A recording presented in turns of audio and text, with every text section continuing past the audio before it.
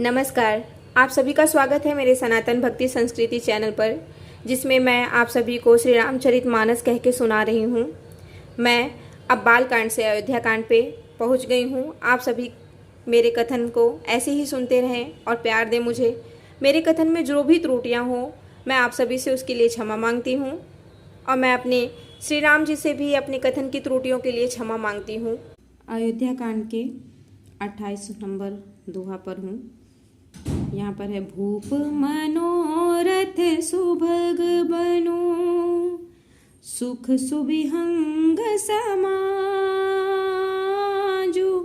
भिलिनी जिमि छाड़न चहती, बचनु भयंकरु बाजु, हे रामा बचनु भयंकरु बाजु।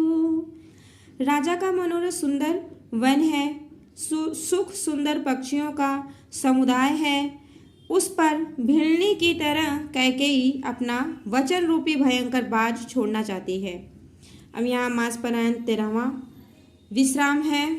सुनहु प्राण प्रिय भावत जी का, देहूं एक बर भरत ही टीका, मांगऊं दूसर बर कर जोरी, पुरवहु नाथ मनोरथ मोरी, तापस बेस विशेष उदासी, 14 बरिस राम बनवासी, सुनि मृदु बचन भूप ही शोको, शशि कर छुअत बिकल जिमि कोको, गयऊं सहमी नहीं कछु कहीं आवा, जनु सचान बन झपटेऊं लावा,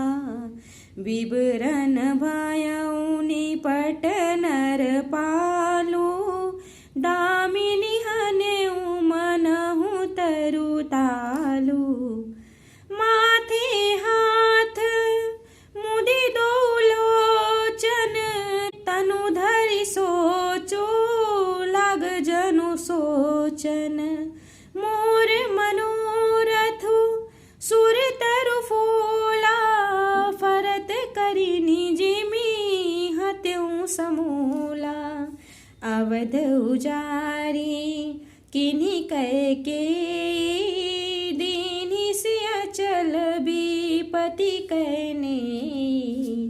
जय श्री राम। यहाँ पर कहती हैं, हे प्राण प्यारे, सुनिए मेरे मन को भाने वाला एक वर तो दीजिए भरत को राज तिलक, और हे नाथ दूसरा वर भी मैं हाथ जोड़कर मांगती हूँ, मेरा मनोरथ पूरा कीजिए। तपस्वियों के वेश में विशेष उदासीन भाव से राज्य और कुटुंब आदि की ओर से भली भांति उदासीन होकर विरक्त मुनियों की भांति राम 14 वर्ष तक वन में निवास करें। कैकेयी के कोमल विनय युक्त वचन सुनकर राजा के हृदय में ऐसा शोक हुआ जैसे चंद्रमा की किरणों के स्पर्श से चकवा विकल हो जाता है।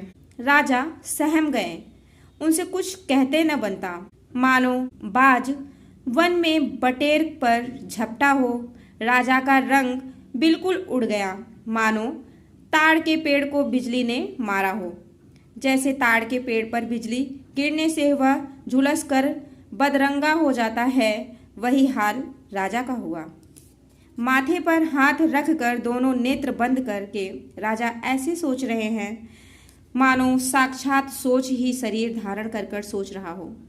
वे सोचते हैं, हाय मेरा मनोरथ रूपी कल्पवृक्ष कुल चुका था, परंतु फलते समय कैकेयी ने हथनी की तरह उसे जड़ समेत उखाड़कर नष्ट कर डाला। कैकेयी ने अयोध्या को उजाड़ कर दिया और विपत्ति की अचल सुदृढ़ नींव डाल दी है। फिर यहाँ पर दोहा नंबर 29 में है, कवने अवसर का भयऊं, गयऊं नारी विश्वास, जोग सिद्धि फल सम जति अविद्या नाश हे रामा, जति अविद्या नाश। कहते हैं किस अवसर पर क्या हो गया, स्त्री का विश्वास करके मैं वैसे ही मारा गया जैसे योग की सिद्धि रूपी फल मिलने के समय योगी को अविद्या नष्ट कर देती है। एहि विधि राहु मन ही मन झाखा, देखी कुभाति कुमति मन माखा। भरतु की राउर पुत न होही, आने हूँ मोल बेसाही की मोही।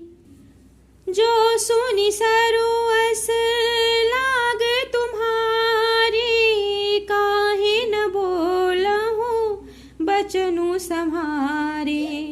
देहु तरु अनु करहूँ कि नाही, सत्य संध तुम रघुकुल माही।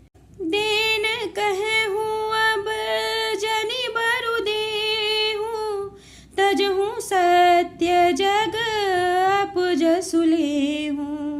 सत्य सराही कहूँ बरु देना, जाने हूँ लेही मांगी चबेना। शिवि दधिचि बलि जो कछु भाषा, तनु धनु तजेऊ बचन पनु राखा। अति कटु बचन कहति कैकेयी, मानहु लोन जरे पर देई। जय श्री राम।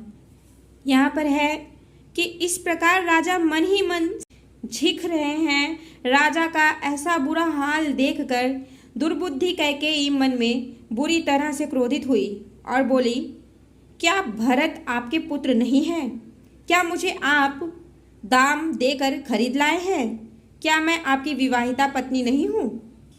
जो मेरा वचन सुनते ही आपको बाण सा लगा, तो आप सोच समझकर बात क्यों नहीं कहते? उत्तर दीजिए, हाँ कीजिए, नहीं तो ना ही कर दीजिए। आप रघुवंश में सत्य प्रतिज्ञा वाले प्रसिद्ध हैं। आपने ही वर देने का कहा था, अब भले ही न दीजिए, सत्य को छोड़ दीजिए और जगत में अपयश लीजिए। सत्य की बड़ी सराहना करके वर देने को कहा था, समझा था कि यह चबेना ही मांग लेगी।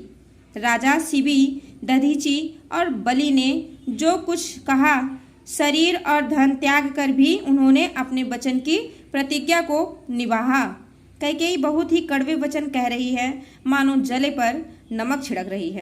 फिर यहाँ दोहा नंबर 30 में है, धर्म धुरंधर धीर धरी, नयन उघारे राय।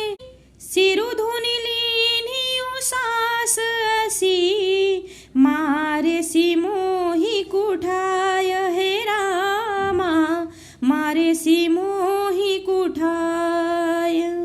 धर्म की धुरी को धारण करने वाले राजा दशरथ ने धीरज धर कर नेत्र खोले और सिर धुनकर तथा लंबी सांस लेकर इस प्रकार कहा कि इसने मुझे बड़े कुठार मारा, ऐसी कठिन परिस्थिति उत्पन्न कर दी जिससे बच निकलना कठिन हो गया। फिर यहाँ पर है, आगे दिखी जरत रिस भारी, मनहु रोस तर वारी उघारी। मुठी को बुद्धि धरनी ठुराई, धरी कुबरी सान बनाई। लखी महीप कराल कठोरा, सत्य की जीवनु लेहि मोरा। बोले राउ कठिन करि छाती, बानी सबिनय तासु सोहाती। प्रिया बचन कस कहसी कुभाती, भीर प्रतीति प्रीति करी हाती। मोरे भरतु रामु दुई आखी, सत्य कहूँ करी शंकर साखी। अवसी दूत मैं पठैब प्राता, अहि बेगी सुनत दो भ्राता। सुदिन सोधि सबु साजु सजाई, देऊ भरत कहू राजू बजाई। जय श्री राम। यहाँ पर है कि प्रचंड क्रोध से जलती हुई कैकेयी सामने इस प्रकार दिखाई पड़ी मानो क्रोध रूपी तलवार नंगी म्यान से बाहर खड़ी हो। कुबुद्धि उस तलवार की है, निष्ठुरता धार है और वह कुबरी मंथरा रूपी शान पर धर कर तेज की हुई है। राजा ने देखा कि यह तलवार बड़ी ही भयानक और कठोर है और सोचा क्या सत्य ही यह मेरा जीवन लेगी। राजा अपनी छाती कड़ी करके बहुत ही नम्रता के साथ उसे कैकेयी को प्रिय लगने वाली प्रवाणी से बोले, कहते हैं हे प्रिय, हे भीरु, विश्वास और प्रेम को नष्ट करके ऐसे बुरी तरह के वचन कैसे कह रही हो। मेरे तो भरत और रामचंद्र को दो आंखें अर्थात एक से हैं। यह मैं शंकर जी की साक्षी देकर सत्य कहता हूँ। मैं अवश्य सवेरे ही दूध भेज, भरत शत्रुघ्न सुनते ही तुरंत आ जाएंगे। अच्छा दिन शुभ मुहूर्त शोधवा कर सब तैयारी करके डंका बजाकर मैं भरत को राज्य दे दूँ।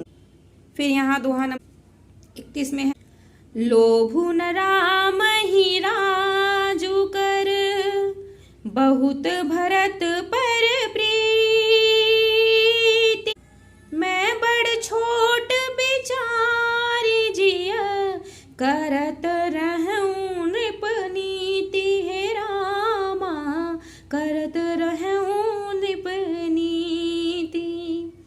राम को राज्य का लोभ नहीं है और भरत पर उनका बड़ा ही प्रेम है। मैं ही अपने मन में बड़े छोटे का विचार करके राजनीति का पालन कर रहा था, बड़े को राज तिलक देने जा रहा था। फिर यहाँ पर है, राम शपथ सत कहूँ सुभाऊ, राम मातु कछु कहूँ न काऊ। मैं सब कीन तो ही बिनु पूछे, ते ही ते पर मनोरथ छूछे।